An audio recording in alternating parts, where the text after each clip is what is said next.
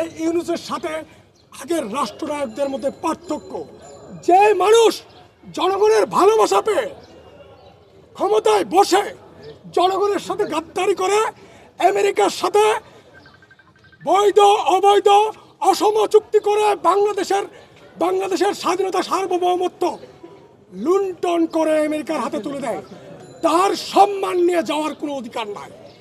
যদি তিনি, সবাই আশা করেছিলেন তিনি ভালো কিছু করবেন এদেশের জন্য, বাংলাদেশকে উন্নয়নে ডুবিয়ে দিবেন, সারা বাংলাদেশের অর্থনীতিকে উর্বর করবেন, সারা পৃথিবীর থেকে নানা ধরনের বিনিয়োগ আসবে, বাংলাদেশের কর্মসংস্থানের তরুণদের বেকারদের কর্মসংস্থানের ক্ষেত্রে ব্যাপক ভূমিকা পালন করবেন, বাংলাদেশের অর্থনীতিকে বড় একটা জায়গায় নিয়ে যাবেন। কিন্তু তিনি কি করেছেন? তিনি প্রথম এসে তার গ্রামীণ কোম্পানির যে 600 কোটি টাকা জনগণের ট্যাক্সের টাকা, যে জনগণ ট্যাক্সের টাকা ইউনূস থেকে পাবে বাংলাদেশের মানুষ, বাংলাদেশের সরকার, সেটা মওকুফ করে দিয়েছেন। গ্রামীণ বিশ্ববিদ্যালয় থেকে শুরু করে আদম ব্যাপারী লাইসেন্স পর্যন্ত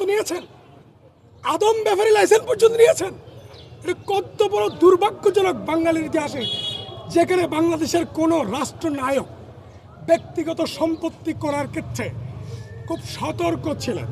বঙ্গবন্ধু জিয়াউর রহমান, খালেদা জিয়া এবং শেখ হাসিনা পর্যন্ত। আমরা শেখ হাসিনাকে চরম স্বৈরাচার হিসেবে তার পতন নিশ্চিত করেছি, জুলাই আন্দোলনের নেতৃত্ব দিয়েছি, সামনের সারিতে লড়াই করেছি।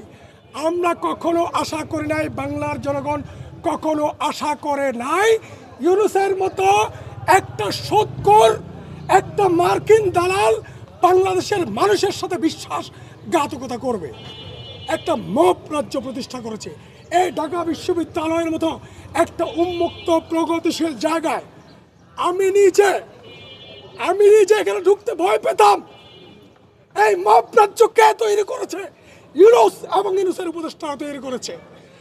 আমরা এখানে যে কালচার, বাংলাদেশের জমিনে ঢাকা বিশ্ববিদ্যালয় হচ্ছে একটা প্রগতিশীল সাংস্কৃতিক জায়গা, সেই সাংস্কৃতিক জায়গাটা পুরো নষ্ট করে দিয়েছে এই ডক্টর ইউনূসের নেতৃত্বে।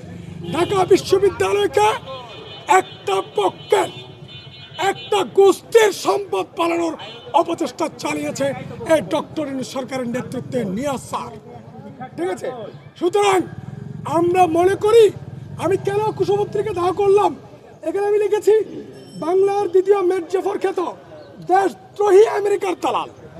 আপনারা সকলে জানেন ইউনূস গত এক সপ্তাহের মধ্যে আমেরিকার সাথে কয়টা প্রকাশ্য অসম চুক্তি, বাংলাদেশ বিরোধী চুক্তি করেছেন। কেন করেছেন? কার পারমিশন নিয়েছেন? এই সমস্ত রাষ্ট্রবিরোধী, সার্বভৌমত্ব বিরোধী যে চুক্তিগুলো আপনি করেছেন, বাংলার মানুষের সেখানে কোনো স্বার্থ নাই।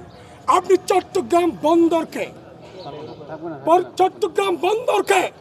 বাংলাদেশের প্রাণ, চট্টগ্রাম বন্দরকে বিএফই ওয়ার্ল্ডকে দেওয়ার মাধ্যমে আমেরিকা ইসরায়েলের হাতে তুলে দেওয়ার অপচেষ্টা করেছেন।